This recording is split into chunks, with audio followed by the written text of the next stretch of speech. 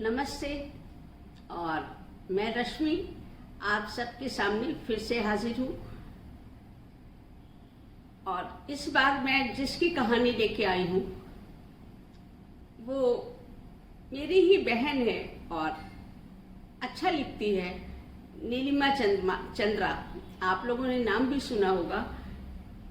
अच्छा है, मैं उसकी कहानी पढ़ रही हूँ, आप लोग पढ़ के डिसाइड करिएगा। वैसे वो बाल कथाएं ज़्यादा लिखती है और बाल कथाओं में ही उसका नाम अधिक है। तो सुनिएगा उसकी एक बाल कथा, अच्छी लगती है और बताइएगा कि कैसी लगी। फूलों की चोरी कहानी का नाम है। नहा धोकर विद्या ने बाहर का दरवाजा खोला। उसके हाथ में पूजा की थाली थी। भजन गुनगुनाती हुई वो अपने लॉन में आ गई, परंतु गुड़हल के पेड़ के सामने आकर वो अचंभित खड़ी रह गई। कल शाम को जो पेड़ कलियों से लदा हुआ था, आज उसमें केवल एक ही फूल था। विद्या उस इकलौते गुड़हल के फूल को पूजा करने के लिए तोड़कर चली गई। अगले दिन फिर सारे गुड़हल के फूल गायब। अब विद्या बहुत परेशान हो गई। खाने की मेज पर अपने पति उदित के सामने उसने ये समस्या रखी। सुनिए, आज रात को कोई मेरे गुड़हल के सारे फूल तोड़ ले जा रहा है, केवल एक फूल छोड़ता है, शायद मेरे चढ़ाने के लिए। अरे वाह, ये तो बड़ा दयालु चोर है, इसे तुम्हारी पूजा की भी चिंता है। कहते हुए उदित खिलखिला पड़े। साथ में नाश्ता करते यान और ईशा ने एक दूसरे की ओर देखा और मुस्कुराए।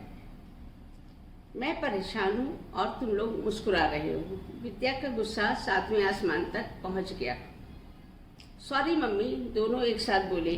अरे, मेरा गुस्सा इन पर क्यों उतार रही हो? कोई पूजा के लिए ही ले गया होगा। नवरात्र में ऐसा हो जाता है।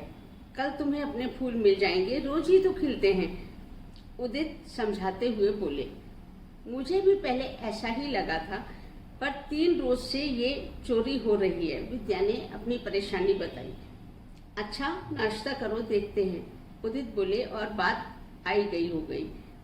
मम्मी पापा के उठते ही ईशा ने पूछा, भैया आप भी वही सोच रहे हैं जो मैं सोच रही हूँ? हाँ ईशा, तो फिर क्या प्लान रहेगा? ईशा का दूसरा प्रश्न था। चौकीदारी, मतलब सुबह का अलार्म लगा दो, मुस्कुराकर ईशान बोला। ईशा ने सिर हिलाकर मौन स्वीकृति दे दी। अगली सुबह दोनों 4 बजे ही बड़े गमलों की ओट में चोर की प्रतीक्षा में बैठ गए। उन्हें ज्यादा देर प्रतीक्षा नहीं करनी पड़ी। 4:30 बजे उन्हें 2 नन्हे हाथ दीवार के ऊपर आते दिखाई दिए। दोनों भाई बहनों ने एक दूसरे की ओर आश्चर्य से देखा। कुछ ही देर में एक छोटी बच्ची का चेहरा उनके सामने था, जो दीवार पर बैठकर जल्दी जल्दी गुड़हल तोड़ रही थी। उसके दीवार से उतरते ही ईशा उठने लगी तो ईशान ने उसका हाथ पकड़कर रोक लिया। अरे, आपने मुझे उसे पकड़ने क्यों नहीं दिया? ईशा ने आश्चर्य से पूछा। जल्दी चलो, हम उसका पीछा करेंगे, पता करेंगे इतनी छोटी बच्ची ऐसी चोरी क्यों कर रही है। उठते हुए ईशान बोला।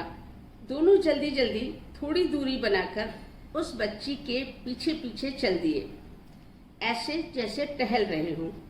वो बच्ची इनके इरादे से बेखबर खुशी खुशी पीछे बनी झुग्गी झोपड़ियों की ओर चल दी।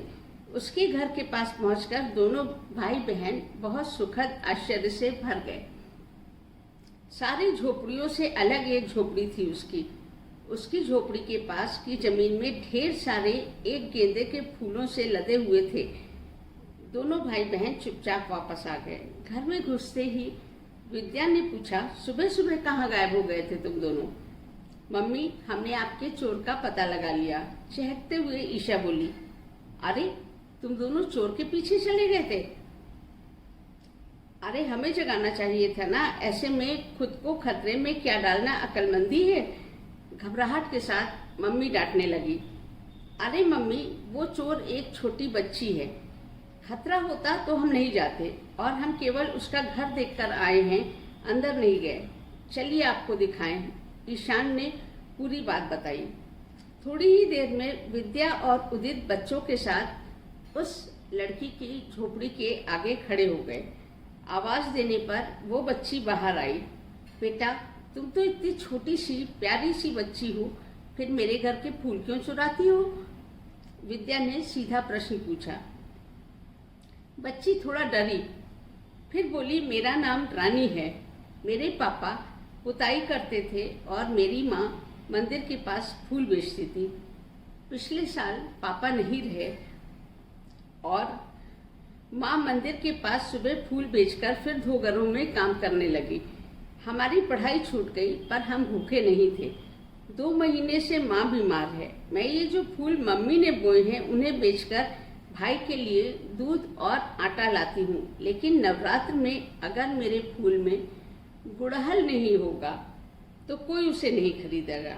मुझे दूध और दवा के लिए पैसे चाहिए, इसलिए मैं आपके घर से गुड़हल तोड़ती हूँ। कहते हुए वो बच्ची रोने लगी। रो नहीं बेटा, तुम बहुत हिम्मती बच्ची हो, तुम रोज मेरे घर से फूल तोड़ सकती हो। कहते हुए विद्या ने उसके सर पर प्यार से हाथ फेरा।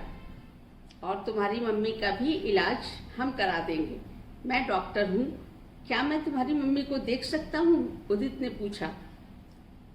उसके घर से निकलते हुए उदित बोले, रानी, मैं अस्पताल जाते हुए तुम्हें दवा दे दूंगा। अपनी माँ का ख्याल रखना और तुम फिर से स्कूल जाना।